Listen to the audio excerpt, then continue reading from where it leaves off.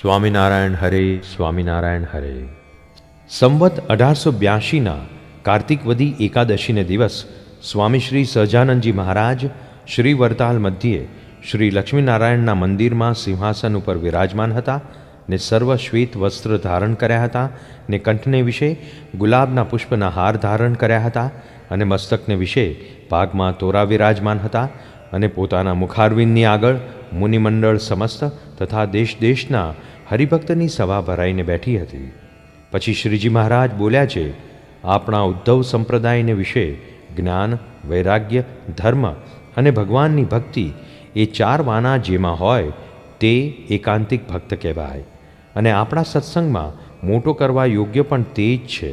અને એ ચાર સંપૂર્ણ ન હોય ને એક જ મુખ્યપણે કરી ન હોય તો પણ ત્રણ જે બાકી રહ્યા તે એકના પેટામાં આવી જાય એવું એક કયું એ ચારેમાં શ્રેષ્ઠ છે.